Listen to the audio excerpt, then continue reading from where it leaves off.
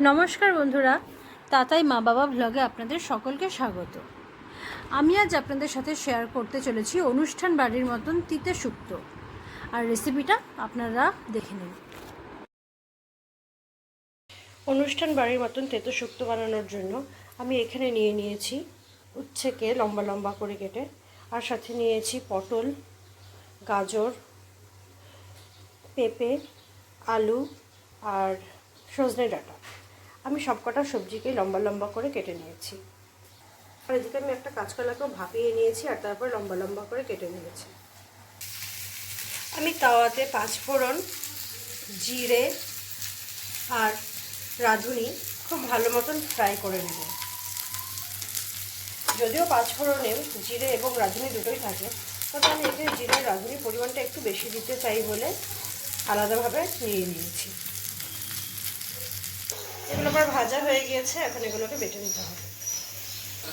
আমি কড়াইয়ে সর্ষে তেল দিয়ে দিয়েছি আর তেলটা গরম হয়ে গেছে, তাই এখন আমি এর মধ্যে কয়েকটা বড়ি দিয়ে দিলাম ভেঙে। তবে আপনারা চাইলে গোটা বড়িও দিতে পারেন।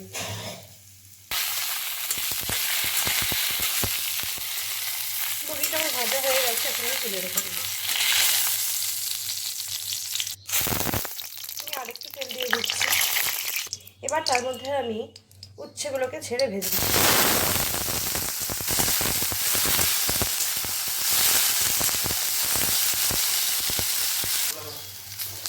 উচ্ছেগুলো আমার ভাজা হয়ে গেছে, এখন এটাকে আমি তুলে রেখে দেবো। কড়াইয়ে আরেকটু সরষের তেল দিয়ে দিয়েছি, আর এখন আমি ফোড়নের জন্য দিয়ে দিচ্ছি 5 ফোড়ন আর তেজপাতা। ফোড়ন থেকে খুব সুন্দর গন্ধ বেরিয়েছে, তাই এখন আমি এর মধ্যে কেটে রাখা বাকি সমস্ত সবজিগুলোকে ছেড়ে দেব। এখন আমি এর মধ্যে সমস্ত সবজিগুলো ছেড়ে দিয়েছি আর তার মধ্যে দিয়ে দিয়েছি নুন। এখন নুনগুলোকে সবজির মধ্যে ভালো মতন মিশিয়ে আমি সবজিগুলোকে ভালো মতন ঢেকে ঢেকে কিছু সময়ের জন্য সেদ্ধ করে নেব। আমি এখানে বেগুন দিইনি, কারণ আমার কাছে এই মুহূর্তে বেগুনটা ছিল না, তবে আপনারা বেগুন অবশ্যই দেবেন। 2 মিনিট এরকম নাড়াচাড়া করার পরে আমি এর মধ্যে আগে থেকে ভাপিয়ে রাখা কাঁচা কলার টুকরোগুলোকে ছেড়ে দিলাম।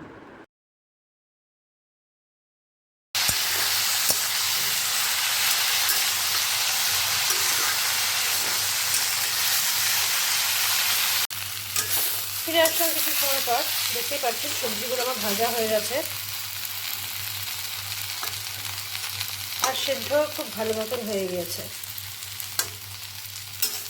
এবার আমি এর মধ্যে দিয়ে দেবো আগে থেকে ভেজে রাখা উচ্ছে আর বড়িগুলোকে।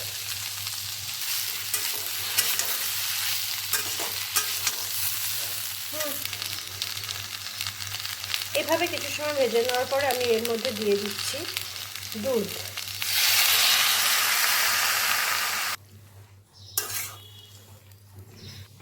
যেহেতু আমি প্রথমে লবণটা অল্প দিয়েছিলাম, তাই এখন আমি এর মধ্যে আবার লবণ দিয়ে দিচ্ছি, আর স্বাদটাকে ব্যালেন্স করার জন্য দিয়ে দিচ্ছি সামান্য চিনি।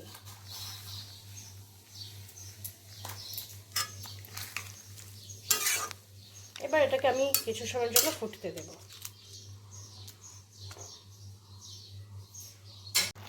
দুধ দিয়ে কিছুটা ফুটিয়ে নেওয়ার পরে আমি এর উপরে এখন দিয়ে দিয়েছি ভেজে রাখা মশলাটা।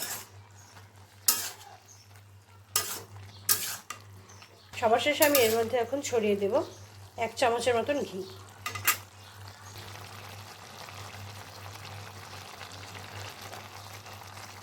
এবার আমি গ্যাসটাকে বন্ধ করে দেব। তৈরি হয়ে গিয়েছে আমার অনুষ্ঠান বাড়ির মতন শুক্তো। পরিবেশন করে ফিরে এসেছি আমি আবার আপনাদের সামনে। দেখতেই পাচ্ছেন এই শুক্তোটা কিন্তু একদম অনুষ্ঠান বাড়ির মতনই হয়েছে, আর খেতেও ঠিক সেরকমই। যে বন্ধুরা, আমার আজকের এই রেসিপিটি আপনাদের কেমন লাগলো তা অবশ্যই আমাকে কমেন্ট করে জানাবেন, আর ভালো লাগলে আমার চ্যানেলটিকে সাবস্ক্রাইব করে আমার পাশে থাকবেন। আজকের মতন আমি আমার ভিডিওটি এখানেই শেষ করছি। নমস্কার।